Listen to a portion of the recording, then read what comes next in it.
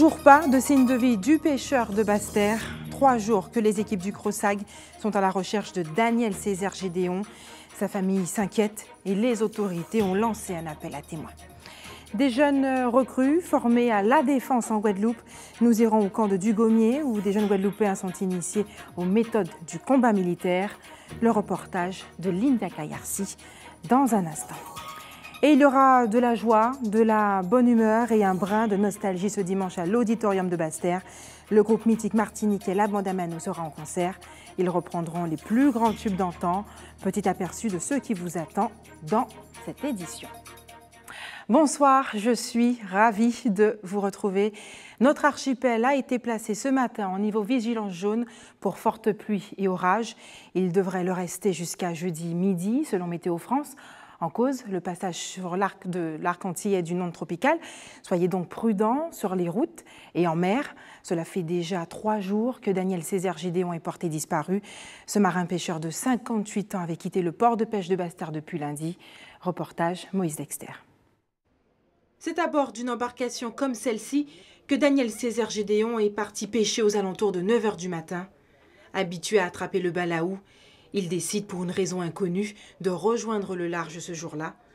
Une initiative que ne voit pas d'un bon œil son frère. On dit qu'on ça, on nous prépare celle-là parce que c'est comme c'est balaou nous pas fait. On dit on nous prépare celle-là. Ils disent mais il peut que ni temps. Ils disent mais ça veut faire. On dit c'est na balaou là tout grand. Mais nous, comme nous deux c'est na balaou, on dit ah ben recouper y en deux parce que comme qu'on l'a fermé celle-là tout de suite, on dit que couper. Et qui fait que moi, je coupe et il a fait Nassaï. Il montait, il restait peut-être 20 minutes et il virait descendre. Là, il virait descendre, il dit mais Roland, après il fait un coup au large. On dit Daniel, ou pas habitué à faire ça, pourquoi il est là? Il dit mais après il fait un coup au large. Alors on dit qu'on s'abonne sous quoi au large? Est-ce qu'il faut faire glace? On dit moi, en pareil au large, parce qu'il n'y a pas de monde qui a fait large. Il n'y a pas de monde qui a des tons. Moi, évidemment, c'est balaou. C'est ça, nous professionnels dans ça, c'est balaou. Et lui, il est parti. Le bac plein, l'homme s'élance vers la mer. Il croisera en chemin un autre pêcheur professionnel avec lequel il échangera pour ne plus donner de signes de vie dans les heures qui suivent. Dans les 6h30, il peut tout rentrer. Nous aussi, là, attendre, c'est arrivé, nous aussi, attendre. 8 heures après pour arriver. Ça commence à inquiéter moi. C'est pas un bouc qui ça en met longtemps. Nous c'est pêche balaou nous fait. Spécial là ça. L'heure elle est à 8 h à 8 h 10 h on dit faut moi lancer appel là. Donc le CROSAG en bas il y a toute définition là, toute détail. Et il va chercher le soir là, à bord hélicoptère. Il va essayer de tourner pas mal de temps derrière là, il n'a pas vu. Et le lendemain, on vient là, on regarde un pas vu, on dit ah, là, il n'y a pas de problème. Panne d'essence ou victime du mauvais temps, impossible pour l'heure de déterminer les raisons de sa disparition. Ses proches et ses amis s'inquiètent à mesure que les heures passent. L'homme atteint de diabète ne pourrait supporter de rester en mer plusieurs jours. Il y a une petite maladie de cycle. Bon, pendant 2 jours là, ou 3 jours là, il est là. Est-ce que ça peut aggraver plus? Oui, pour prudent, il était prudent. C'est malgré ces circonstances, même si dans notre corps de métier, même si prudent, je vois mal les banques bois. Le CROSAG a lancé un appel invitant toute personne disposant d'informations utiles à les communiquer sans délai. Et plusieurs syndicats ont déposé un préavis de grève pour demain. Les organisations demandent la résolution de tous les conflits en cours, notamment celui qui paralyse le crédit agricole en ce moment. Jean-Marie Nomertin, bonsoir. Oui, bonsoir. Merci d'avoir accepté notre invitation. Vous êtes le secrétaire général de la CGTG, la Confédération Générale du Travail de la Guadeloupe. Alors, de nombreux conflits sont en cours en Guadeloupe. Notre reporter Isabelle Amou a concocté justement un résumé de cette grogne sociale. On regarde ensemble. Les syndicats de Guadeloupe, CGTG, CTU, FO, FSU, Solidaire, UGTG et UNSA comptent bien faire du 21 juillet une date mémorable. Ils s'élèvent contre la suppression des 40% de vie chère, l'une des principales revendications de la grève du crédit agricole. Pour rappel, cela fait 1 mois que 97% des salariés de la banque sont en grève. Un combat mené pour l'ensemble du territoire, disent-ils, et dans lequel s'allient les salariés de la fonction publique. Les syndicats craignent un effet domino si la prime de vie chère venait à disparaître. Celle-ci serait une attaque au pouvoir d'achat, aux artisans ainsi qu'aux petites entreprises, tous secteurs confondus. À ce mouvement s'ajoute un autre. La Fédération de l'énergie, CGTG, appelle aussi à une grève sur l'ensemble des moyens de production électrique. Un mouvement en soutien à 2 salariés de la société IDEX Énergie 971 en grève depuis plus de 8 mois. Ils veulent l'application du statut national des industries électriques et gazières, une obligation légale qui fait office de convention collective. Ce statut fixe un régime spécial pour la retraite, prévoit un plan d'épargne retraite collective et un plan d'épargne inter-entreprise. Une convention pas toujours respectée en Guadeloupe. Dans une volonté d'être vue et entendue, la Fédération de l'énergie CGTG s'associe elle aussi à la grève générale et prévoit des coupures d'électricité sur tout le territoire. Une journée de mobilisation qui risque d'affecter la plupart des secteurs d'activité. Jean-Marie Nomertin, une réunion a eu lieu aujourd'hui entre la direction du Crédit Agricole et les organisations syndicales. Finalement, elles ont échoué. Le préavis de grève est valable pour demain, avec une mobilisation pour vendredi. Déjà, qu'est-ce que vous pensez de l'issue de cette réunion? La première des choses, c'est le mépris de la direction du Crédit Agricole et de son conseil d'administration. Il est, pour nous, dans la logique de ce qu'ils disent être le dialogue social dans ce pays-là, où on refuse de discuter pendant plusieurs jours, voire plus d'une semaine. On s'amène aujourd'hui et tout de suite dans la foulée, on veut quitter la table de négociation en disant qu'on va se revoir lundi prochain. Tout simplement, ils veulent casser le moral des grévistes. Et que la CGTG salue d'ailleurs en disant que c'est une lutte où les camarades ont fait preuve de solidarité, de détermination et surtout d'esprit de corps face à une direction qui n'a qu'une seule volonté, c'est de remettre en cause les salaires, donc faire revoir à la baisse les salaires de ces salariés-là. Notamment la question de la prime de vie chère. Parce que par-delà les camarades du Crédit Agricole, c'est tous les ouvriers, tous les salariés, tous les fonctionnaires qui sont visés. Et c'est pour ça que nous disons qu'à partir de demain et surtout vendredi, on va mettre le paquet. Déjà, il se passe quelque chose sur le site au moment où je vous parle. La tension monte d'un cran. Les salariés, avec raison, sont exaspérés. Il faut dire que la direction du Crédit Agricole porte l'entière responsabilité du pourrissement du conflit. C'est la première fois que l'on voit des patrons se solidariser avec des travailleurs en lutte. On sait, le mérite revient d'abord aux camarades en lutte, mais surtout parce qu'il y a au sein de la population une forte solidarité aussi, même si elle ne se concrétise pas sur le terrain. Et c'est ce à quoi nous allons on va mettre le paquet vendredi. À quoi doivent s'attendre les Guadeloupéens? Nous appelons tous les travailleurs déjà à venir dès maintenant, parce que la tension monte d'un cran sur le site, où les salariés veulent négocier jusqu'à tard pour trouver un accord. Nous appelons donc la population qui souffre dans cette situation, les salariés d'être solidaires et de venir soutenir les camarades qui sont présents sur le piquet au siège, donc aux abîmes. Deuxièmement, nous appelons aussi dès demain, c'est férié pour toute la fonction publique, c'est un jour férié aussi pour les salariés des banques et surtout du BTP. Nous lançons un appel pour que nous soyons nombreux pour faire entendre raison à M. Fléraud. M. Fléraud pense parce qu'il a investi en Côte d'Ivoire, où les salariés sont payés à coups de lance-pierre, notamment dans la banane, il pense que nous sommes dans ce cadre-là. Nous ne sommes pas dans ce cadre-là. Il faut justement qu'on puisse les faire entendre raison. Jean-Marie Nomertin, cette mobilisation va prendre quelle forme vendredi? Diverses formes. Nous appelons à toute forme d'action possible. C'est une mobilisation, mais nous disons que sur une question, parce que cette grève-là, qu'on ne le veuille pas, c'est une grève politique. S'attaquer à la prime de vie chère, c'est déjà prendre une position politique.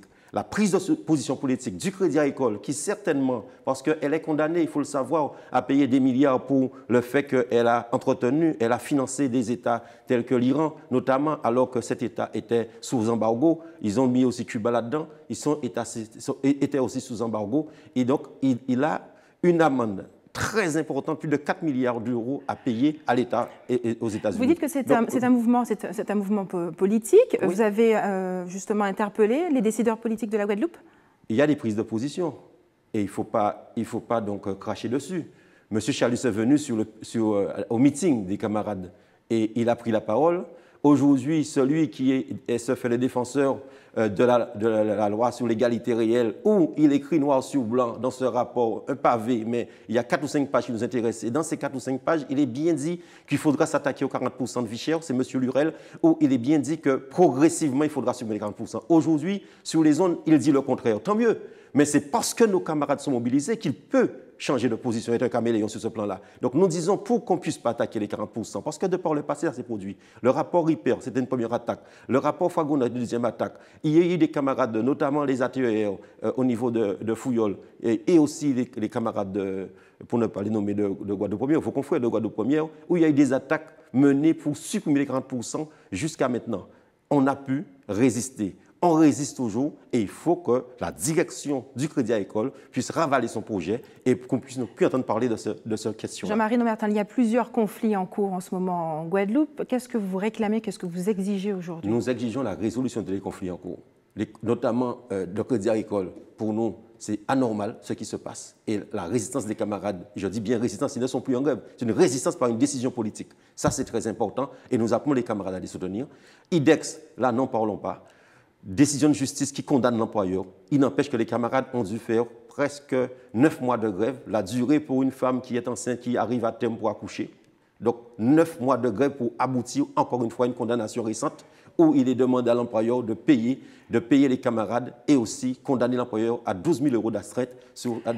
D'autre part, il y a le conflit des camarades de Capesterre-Belle-Eau concernant la commune de Capesterre-Belle-Eau où le maire aussi fait de la résistance. Et le dernier conflit en cours, c'est sur la plantation de M. Gaston Duflo qui a eu une magouille avec un autre repreneur. Mais les camarades réclament juste une rencontre entre l'ancien, si c'est un ancien, avec le nouveau repreneur pour déterminer à quel se seront mangés, pour savoir quel est le projet de tout chacun. Personne ne se présente à ses camarades. Jean-Marie Nomertin, nous sommes en période de vacances. N'y a-t-il pas d'autre alternative que la grève plutôt que de pénaliser les Guadeloupéens? Il n'y a pas d'autre alternative. D'autant plus qu'aujourd'hui, à travers encore une fois le 49.3, ils ont voté la loi dite loi travail, qui est une loi appelée loi chômage en réalité. En tout cas, on a interrogé les Guadeloupéens sur cette question. Je vous propose d'abord de regarder leur réaction. On regarde. S'ils se mobilisent pour revendiquer quelque chose pour eux, bon, ils ont le droit quand même. Hein? Ben oui, ils ont raison de se mobiliser. Il y a des fois oui, il y a des fois non, c'est abusé. Hein. Comme partout. Hein.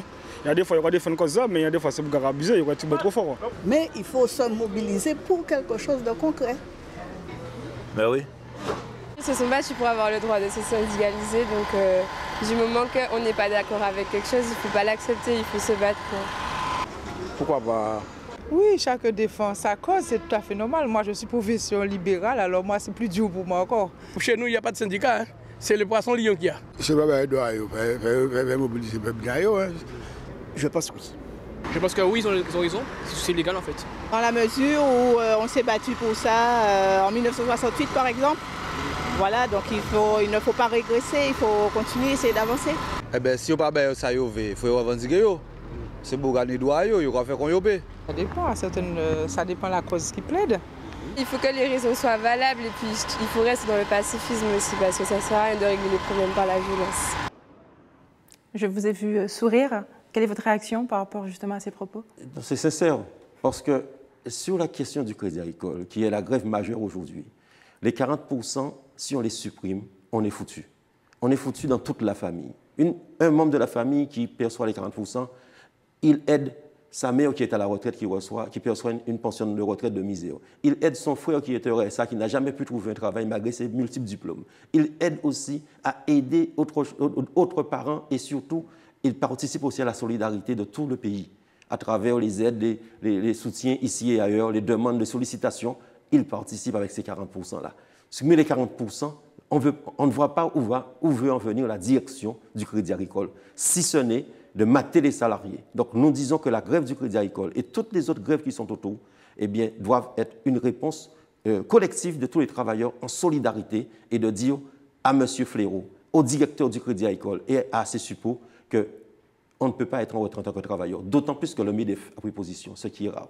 D'autant plus que les gérants, les patrons du syndicat des gérants des stations, services ont pris position. D'autant plus que tous les politiques prennent position, fait et cause pour les travailleurs. Si on ne gagne pas cette lutte-là, on est foutu pour la suite. Donc la meilleure manière, la meilleure des réponses, les travailleurs doivent être encore plus en avant que ces soutiens dont je viens de parler aujourd'hui. Jean-Marie Nomerta, merci d'avoir accepté de répondre à nos questions ce soir. La question de la mobilité et de l'emploi est abordée ce matin à la Chambre de commerce et d'industrie de la Guyane. Il était surtout question de découvrir les opportunités qu'offre l'Europe. On regarde le reportage d'Ayodélie Germa d'ATV Guyane. Une immersion linguistique et professionnelle au sein d'entreprises européennes à destination de demandeurs d'emploi ayant déjà exercé un métier. C'est ce que propose le programme Erasmus+. Immersion linguistique, ça veut dire que l'objectif, c'est de se perfectionner dans la langue du pays, parce que cette langue va être nécessaire à leur métier. Donc les personnes qui sont déjà bilingues ne sont pas le public cible, puisque c'est un objectif de perfectionnement. Mais il faut avoir une maîtrise suffisante de la langue pour pouvoir échanger avec ses clients, avec ses collègues, etc. En 2014, ce programme a permis à 18 demandeurs d'emploi de se rendre dans différents pays européens. Malte, Irlande. Quant à Yannick, c'est en Espagne qu'il a suivi son stage de 6 mois dans une entreprise de marketing. Un plus pour son curriculum vitae. C'est une sacrée expérience. Au-delà d'avoir des compétences, que ce soit professionnelles ou linguistiques, c'est vraiment une sacrée expérience à faire. Et c'est dommage que je ne peux pas la renouveler. Ça donne un poids en plus à cette forme, à mon CV. Ça donne une crédibilité, une assurance pour moi-même et une assurance pour l'employeur qui pourrait lire mon CV et être attiré par celui-ci. Selon les estimations de Pôle emploi, 80% des bénéficiaires de ce programme ont retrouvé un travail dans les 6 mois suivant la fin de leur stage. Le reste, le portail européen de la mobilité et de l'emploi poursuit le même objectif en offrant des facilités administratives aux candidats. Pas besoin de faire de demande de carte de séjour, ni même d'autorisation de travailler. Pas besoin de faire des démarches spécifiques par rapport au changement pour ce qui est des permis de conduire, ainsi de suite, mais également pour ce qui est de l'indemnisation chômage, par exemple. Donc quelqu'un qui part travailler, je prends un exemple, un Guyanais qui va travailler en Allemagne, peut faire valoir des droits au chômage sur une période qu'il a effectuée en Allemagne. Et ces droits au chômage seront totalement valables sur le territoire français. Mathis est un habitué des stages à l'étranger. Pour la fin de ses études, le programme Erasmus+ est une réelle opportunité. Découvrir de nouvelles cultures, puisque là, les pays proposés, donc je n'y suis jamais allé, donc l'Angleterre, l'Irlande et la Croatie. Ce sont ces 3 pays-là qui m'intéressent, dont j'ai envie de découvrir les cultures. Cette année, 36 bourses sont offertes par le programme Erasmus+. Les inscriptions ont débuté aujourd'hui et se poursuivent jusqu'en septembre. Restez avec nous. Dans un instant, les jeunes Guadeloupéens entraînés aux méthodes de combat militaires au camp du Gommier. Et puis l'écrivaine Marie-Laetitia nous présentera son dernier ouvrage, Moon Lakou. Jusqu'au 22 juillet, la 33e RIMA, l'antenne réserve de Guadeloupe, organise une période militaire d'initiation à la défense sur le site du camp du Gommier. L'objectif, donner aux jeunes qui le souhaitent l'occasion de découvrir l'institution militaire et pourquoi pas susciter des vocations. Reportage Linda Kayarzi. Davy et Evan ont des parcours scolaires différents. Pourtant, ils ont une motivation commune, l'engagement militaire. Alors, je suis issue d'un bac ES. Et je suis en attente pour aller à Saint-Mexan, c'est une école de sous-officiers, pour pouvoir faire linguiste d'écoute, c'est-à-dire interprète. J'aime énormément tout ce qui est au niveau de l'action, la protection de la population, c'est vraiment très important pour moi, tout ce qui touche le pays. Je suis vraiment touchée par cette cause, c'est pour ça que je veux vraiment intégrer l'armée de terre. Alors mon parcours jusqu'à maintenant, je suis en première STMG, l'année prochaine je passe en terminale STMG RH. STMG qui veut dire Sciences technologiques, management et gestion. C'est totalement différent de ce que tu fais là maintenant. C'est exactement ça. Je veux intégrer l'armée plus tard, je souhaite devenir moniteur de sport à l'armée de terre. Pour concrétiser leur projet de carrière, ils ont choisi de participer à une PMD, une période militaire de découverte. Sortie, instruction au combat et présentation de la défense nationale sont au programme en conditions réelles. Alors l'exercice vu aujourd'hui, donc ça reste quelque chose d'assez simple et basique puisque c'est juste une préparation. Ils voient ce qu'on appelle l'ordre serré, c'est-à-dire marcher au pas et le chant du 33e RIMA. Un peu de manipulation armement, toujours pareil dans les bases. Ensuite, quelques informations sur les transmissions, la topographie et bien d'autres encore. Au camp du Gommier, plus d'une trentaine de jeunes Guadeloupéens, âgés de 16 à 29 ans, sont en immersion au cœur d'une unité opérationnelle de l'armée de terre. Donc ces jeunes, ce sont des volontaires, j'insiste sur ce point, des volontaires qui sont allés dans un centre d'information et de recrutement des forces armées, les CIRFA, pour dire je souhaite découvrir l'institution ou je souhaite m'engager. Donc le CIRFA constitue un dossier et nous envoie ces candidats pour que nous les planifions sur les 2 préparations qui sont réalisées au cours de l'année. Avec cette particularité ici d'un encadrement qui est mixte, c'est-à-dire composé à la fois de réservistes, puisque le 33e RIMA a ici une compagnie de réserve, de la réserve opérationnelle, et également un encadrement composé de personnel d'active qui viennent de métropole et qui sont des professionnels. Ici, les objectifs sont multiples. Donner à ces jeunes l'occasion de découvrir l'institution militaire, mais surtout confirmer leur motivation pour un engagement militaire. À l'issue de ce stage PMD, ceux qui souhaitent effectivement intégrer l'institution, ça sera un plus pour la constitution de leur dossier. Donc ils vont pouvoir par la suite faire le choix peut-être de régiment d'appartenance ou en tout cas d'origine. Et puis pour les autres, nous espérons qu'ils vont pouvoir cultiver aussi auprès de la population civile ce même esprit de défense que nous l'avons inculqué au cours de ces 5 jours passés parmi nous. Vendredi, cérémonie de clôture, des insignes et des brevets seront remis pour honorer ces stagiaires militaires. Hier soir, le Dream en Martinique a ouvert ses portes pour sa soirée d'inauguration. Ce nouveau cabaret Nightclub Foyalais a présenté son espace, son équipe et ses projets au public martiniquais venu nombreux. La scène située en plein centre de Fort-de-France pourrait dynamiser le centre de la capitale. Alouine Courcy, d'ATV Martinique. Un cabaret aux couleurs locales pour les touristes le jour et une discothèque la nuit. Tel est le projet de ces 2 entrepreneurs pour ce nouveau lieu de rendez-vous. On a voulu vraiment créer sur la ville de Fort-de-France un lieu où on pourrait trouver, en fait, par rapport à la demande touristique, un savoir-faire local. Donc par rapport au cabaret créole, donc on aura en journée, à partir du 1er octobre, on aura donc 3 représentations par jour. Donc ça c'est une première phase du Dream. Deuxième phase du Dream, c'est dès 18h30, tous les jours, même 18h, tous les jours, le concept live. Et en week-end, du jeudi au samedi, le cabaret discothèque. Situé en plein centre Foyalais, les gérants espèrent dynamiser la ville en toute sécurité et dans le respect du voisinage. On met un point d'honneur à la sécurité, l'installation de portiques détection des métaux, énormément de sociétés de sécurité, plusieurs sociétés de sécurité qui travaillent sur le même lieu, des parkings sécurisés et un endroit clos. Les nuisances sonores, bon, on est quand même établissement de nuit, donc on a toujours cette problématique. Maintenant, on a fait un gros investissement sur l'insonorisation, de la pose de sas, des revêtements acoustiques. Coupe de champagne, musique d'ambiance, tenue de soirée. Quelques 300 personnes sont venues découvrir les locaux et l'ambiance du cabaret. Ils ont super bien fait le bar et toute l'atmosphère. Je pense que ça va bien marcher. Ça fait un nouveau lieu et tout pour que toutes ces troupes en fait viennent jouer ici. La décoration, elle est top, comme on dit, top. Et puis l'ambiance est bonne.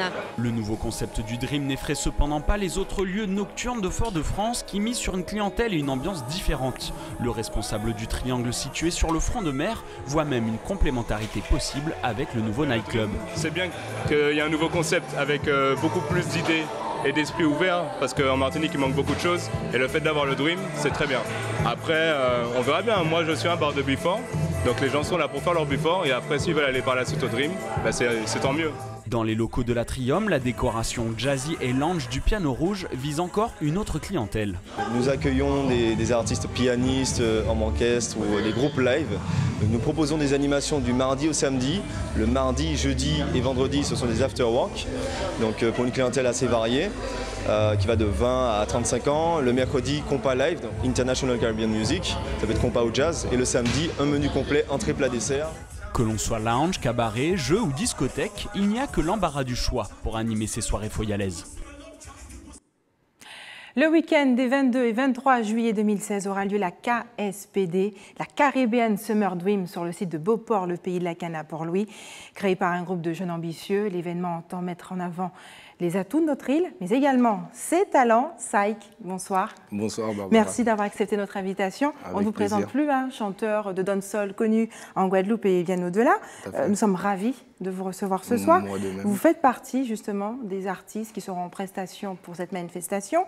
Pourquoi, pour quelle raison avez-vous choisi de vous joindre, justement de participer à cette Caribbean Summer Dream?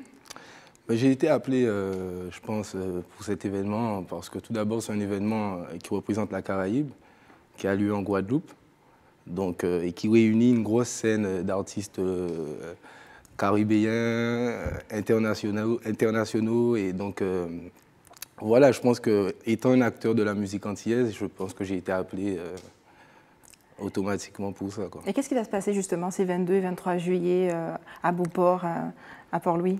Il y aura de l'ambiance, il y aura du partage. Ce serait une grande fête pour la Guadeloupe, puisque Young Thug est un artiste, c'est une star internationale qui est très en vogue, plus qu'en vogue, et que tout le monde écoute en Guadeloupe aussi, tous les jeunes, tout le monde, enfin... Voilà quoi, je pense que ce sera vraiment un moment de partage, une bonne ambiance, il y aura du bon son, il y aura de la joie, il y aura de l'ambiance comme d'habitude. Je vois que beaucoup d'efforts justement ont été faits au niveau de la scène. Est-ce que vous savez, vous en savez plus? Oui, je sais que d'après, à ma connaissance, je sais que le lieu a été réaménagé, enfin plus ou moins, évidemment. Donc ce sera transformé vraiment en mode Caribbean Summer Dream, quoi. Saïk, vous êtes de passage en Guadeloupe pour cette manifestation. Vous venez de sortir votre dernier single. Oui, il s'appelle Mamaye. Oui, Mamaye, oui. On regarde tout de suite un court extrait. Ça marche, avec plaisir. La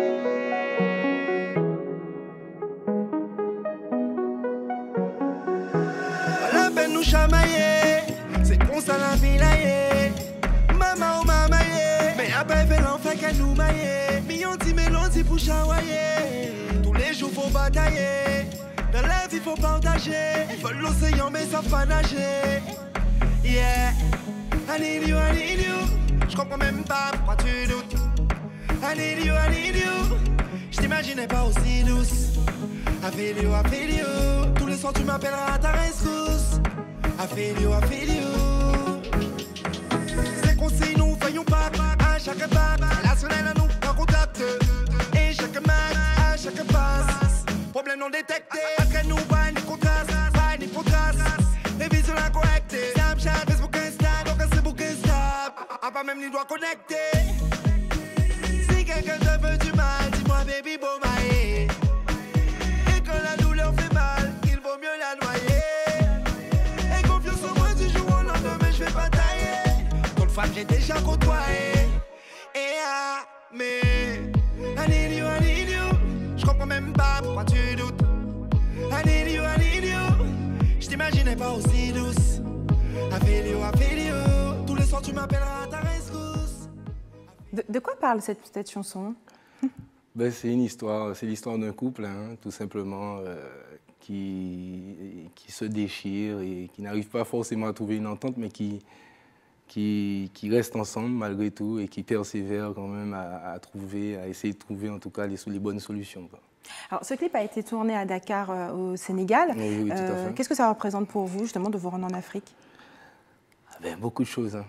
Beaucoup de choses. Vraiment, pour ma première expérience, en plus d'être allé au Sénégal, à Dakar, ça a été mon voyage le plus enrichissant pour moi. Hein. Je le dis tout le temps, vraiment très riche, expérience très riche.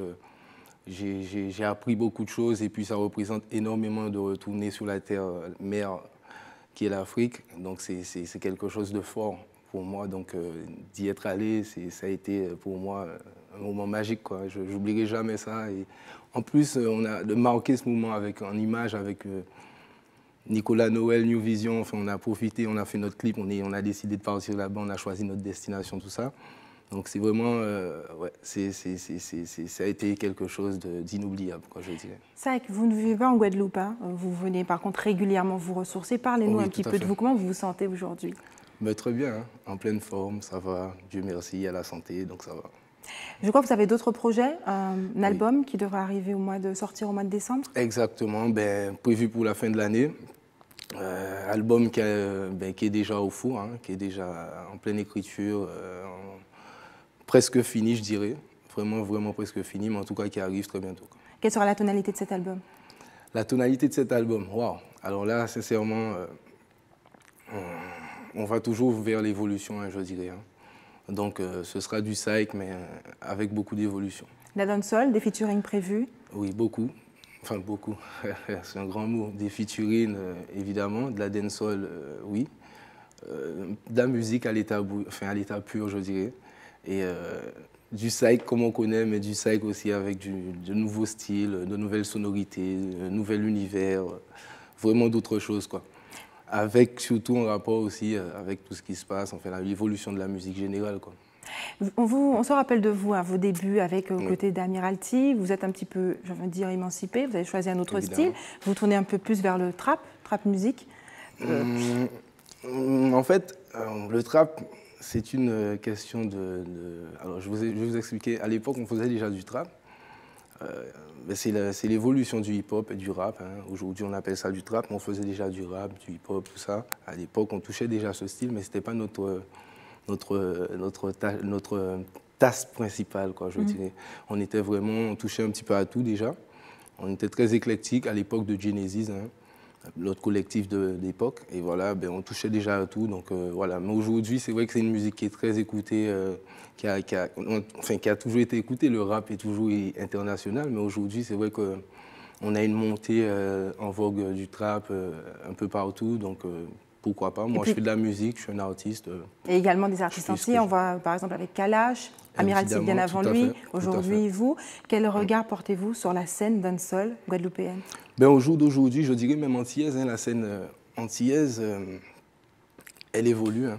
Elle évolue et ça fait plaisir. On a des artistes qui signent en maison de disques, qui font de grandes choses. Et sincèrement, ça montre vraiment que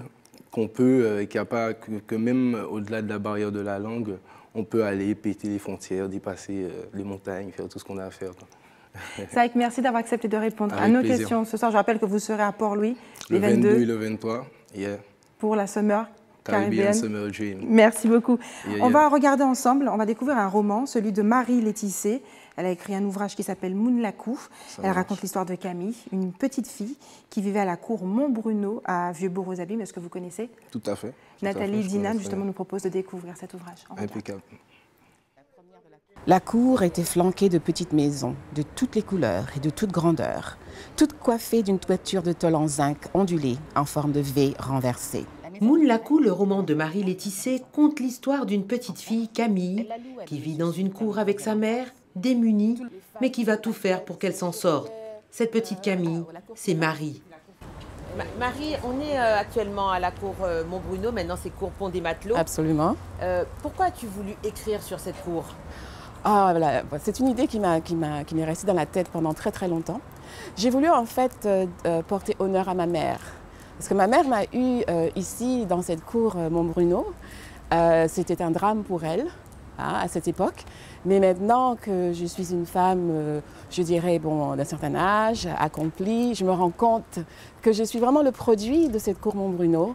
Et que même si à certains moments de ma vie j'ai eu honte d'être la plus pauvre, d'être celle qui n'avait pas l'eau, l'électricité, d'être celle qui avait les cheveux les plus courts, etc., je me rends compte que cette cour Montbruno, elle m'a formée. 30 ans après, les souvenirs sont intacts. C'était cet homme qui habitait dans ce bâtiment-là, cette maison, qui s'appelait Monsieur Montbruno. Il était marié et donc j'avais l'impression que toute cette cour lui appartenait parce que la cour, tout le monde l'appelait la cour Montbruno. Mais la maison Montbruno, c'était celle-là. Et donc, il tenait buvette, petit bar et puis boutique. Et salle de danse. Donc, dès qu'il y avait des balles, etc., c'était chez Monsieur Montbruno. Et de cette cour partaient de nombreuses artères qui menaient aux Tinettes, à la Fontaine ou aux cours parallèles étalées entre Vieux-Bourg-Abîmes et le boulevard des Héros. Oui, c'est vrai. Hollande n'est pas resté parce que là, les configurations ont changé. Ouais. J'habitais au numéro 11. Le 11 de la cour Montbruno a bien changé. La porte en bois du couloir qui menait à la case de sa maman a été remplacée par une porte en fer. Elle retrouve l'emplacement grâce au manguier qui offrait en saison des mangues à foison. Ça, c'est mon manguier. Là, le mango était tombé tous les soirs. L'entrée, c'était là. Mais ce n'était pas comme ça. Hein. C'était un couloir beaucoup plus étroit. Mais Marie n'avait pas le droit d'aller sur la rue. Elle voulait me protéger en fait, parce qu'il y avait beaucoup de choses qui se passaient dans ces rues à l'époque, des femmes qui se battaient, des hommes qui battaient leurs femmes, il y avait toujours une histoire de « il y avait des gens qui avaient leurs sabres. Le matin très tôt, les gens commençaient à boire, ils buvaient très tôt dans la boutique de Madame Coquin qui était quelque part là. Oui. Ils mijotaient tous dans leur sueur de rivière salée, se reproduisant sans espoir d'un lendemain meilleur. « Demain c'est patadier », disaient-ils tous, et demain arrivait. Je l'adore, la cour Montbruno, parce que je sais que c'est moi. En fait, c'est de là que je suis sortie, c'est ça qui a fait toute ma personnalité. Quand je me suis réveillée, en fait, j'ai ouvert les yeux et je me suis rendu compte, mais Marie, tu peux pas nier ton passé, parce que ton passé, c'est ton aujourd'hui. C'est ça qui a fait que je suis qui je suis et que j'ai créé Moon Lacour pour rendre hommage à ma mère, comme j'ai dit plus tôt, parce que ma mère a souffert pour pouvoir m'élever en tant que femme seule. Mais elle m'a toujours fait comprendre qu'il y avait quelque chose de mieux. Demain, pour Marie Laetissé, c'est aujourd'hui. Mariée et maman de 2 enfants et vivant aux États-Unis depuis une trentaine d'années, sans oublier d'où elle vient. Et les enfants voyaient, et ils entendaient, et ils comprenaient, et ils acceptaient. Et c'était ça, être qui on était. Tout comme une bouche édentée s'ouvrait pour découvrir ces quelques dents carriées, ainsi me paraissait la cour, avec toutes ces maisons à misère. Et Marie Laetissé sera en signature à la librairie Jazor samedi matin de 10h à 13h. La ville de Basse-Terre reçoit la bande à Mano ce dimanche 24 juillet. Le groupe mythique de la Martinique sera en prestation à l'Auditorium. Reportage Karen Diama. Il atterrit.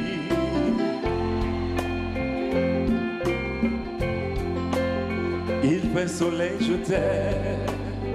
Le ciel est gris. Invitée par la ville de Basse-Terre, la bande à Mano sera en concert live ce dimanche pour le plus grand plaisir de leurs fans guadeloupéens. C'est une orchestre qui est vraiment, on va dire, de renommée, même internationale, parce qu'ils sont quand même 14 musiciens qui font vibrer avec les sons de la Perfecta, les sons de Gramax, Exaloane, sur le compas aussi, ils ont des consonances latino. Et c'est vrai que le public guadeloupéen, aussi bien bastérien, de toutes les communes, ils aiment ce groupe qui est un groupe avec leur musique qui n'a pas pris une ride.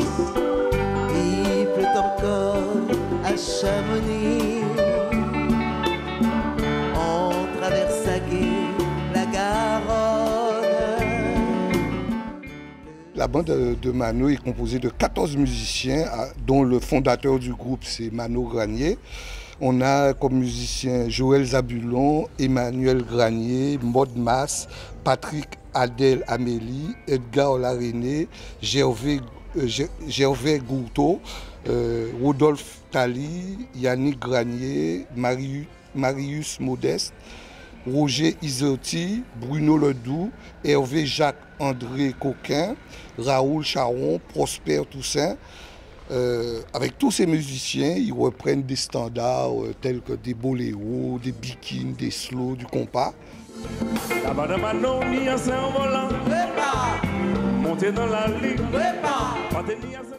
Un spectacle ouvert à toutes les tranches d'âge. On vise tous les âges, les jeunes comme les moins jeunes. Ce serait bien que les jeunes viennent découvrir les musiques de Exaloane, de Gramax, où on vivrait plutôt. Les personnes âgées peuvent venir avec leurs enfants. Autant de spectateurs qui pourront profiter d'un espace entièrement dédié à ce moment de partage musical. L'auditorium qui a été refait récemment, une capacité de 306 places et aussi accès handicapé. Alors tout est fonctionnel pour pouvoir écouter, apprécier ce groupe mythique. Pour les billets, il suffit de venir à l'auditorium aux heures de bureau. Et voilà, et on pourra acheter le billet qui coûte 30 €.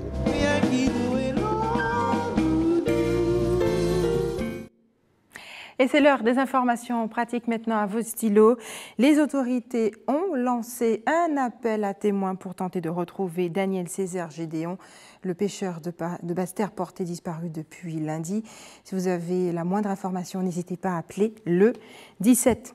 Et puis je vous le rappelle, notre archipel a été placé en vigilance jaune pour averses orageuses qui devraient s'estomper d'ici demain en milieu de matinée et faire place à la brume de sable. Et enfin, faites des réserves d'eau, il y aura des coupures à Borico, aux Abîmes, avec un retour à la normale prévu demain en début de soirée. C'est la fin de notre édition locale et régionale. On se retrouve dans un court instant pour le rappel des titres.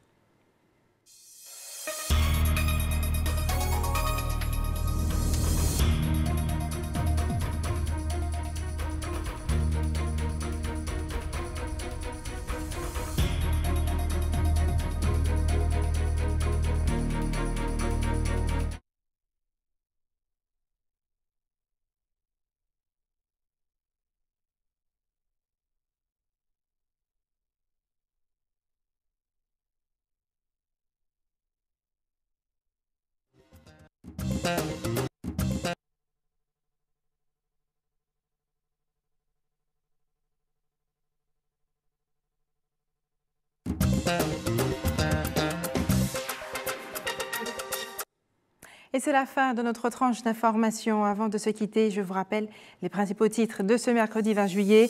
Toujours pas de signe de vie du pêcheur de Basse-Terre. 3 jours que les équipes du CROSAG sont à la recherche de Daniel Césaire Gédéon. Sa famille s'inquiète et les autorités ont lancé un appel à témoins. Des jeunes recrues formés à la défense. Nous sommes allés au camp de Dugommier où des jeunes Guadeloupéens sont initiés aux méthodes du combat militaire. De quoi susciter également des vocations. Et il y aura de la joie, de la bonne humeur et un brin de nostalgie ce dimanche à l'auditorium de Basse-Terre. Le groupe mythique martiniquais, la bande à Mano, sera en concert. Ils reprendront les plus grands tubes d'antan. Merci d'avoir choisi ATV Guadeloupe. Je vous souhaite une excellente soirée. On se retrouve demain dès 18h50.